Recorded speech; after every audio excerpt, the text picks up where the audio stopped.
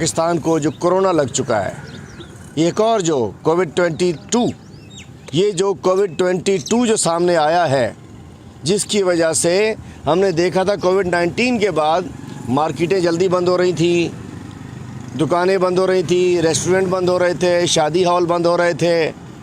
अरे भाई, दोबारा ये इम्पोर्टेड रजीम जो कि कोविड-22 के तौर पे हमारे सामने आया है, उससे बड़ी बीमारी ये आई है।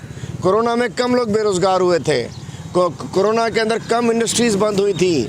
आज टोयोटा इंडस्ट्री बंद हो चुकी है, बड़ी बड़ी इंडस्ट्रीज़ बंद हो रही हैं, बेरोज़गारी फैल रही है। डॉलर जो इसाक डॉलर साहब कह रहे थे कि 200 रुपये ले आएंगे, वो 280 पे भी नहीं मिल रहा है आजकल मार्केट के अंदर। कहने को 225 है, कहने को 225 है, लेकिन 280 में नहीं मिल रहा।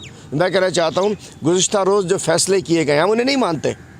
वो कह रहे हैं कि जी 8 बजे, अरे जो गरीब लोग जो बेचारे हम देखते हैं हर रात को होटलों के ऊपर जो वेटर्स होते हैं, बहुत सारी दुनिया है जो रात तक अपना 2 वक्त की रोटी कमा के वहाँ से घरों को जाती है। उसका क्या करोगे? तुम्हारे तो पेट भरे हुए हैं, तुम्हारे पेट में हराम भरा हुआ है, ना तुम्हारा पेट भर रहा है ना तुम्हारा पेट पट रहा है। मैं पूछना चाहता हूँ कि ये जो कल फैसले किए गए हैं, ये इस वक्त लगता है कि ये एक इम्पोर्टेड गवर्नमेंट, ये प्राइम मिनिस्टर, ये एक कोविड-22 के तौर के ऊपर हमारे लिए एक मुसीबत आई है।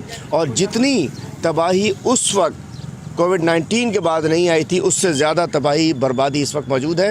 हाल इसका एक और है, कर्फ्यू लगा दो मुल्क में, ना कोई बाहर आएगा, ना कोई खाना खाएगा, ना कोई नौकरी पे जाएगा, ना कोई शोर मचाएगा, ना कोई एहतजाज करेगा। बेहतर ये है कि पूरे पाकिस्तान में कर्फ्यू लगा दो।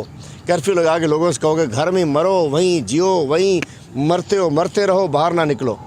ये इस वक्त जहाँ इन्होंने इस मुल्क को पहुँचा दिया है, और ये सिर्फ टोटा फैक्ट्रियाँ चलाने में लगे हुए। शर्म आनी चाहिए उन बेशर्मों को जो ये कट पेस्ट करके डीप फेक ऑडियोज़ वीडियोज़, ये इससे किस्सा गुजर चुका है।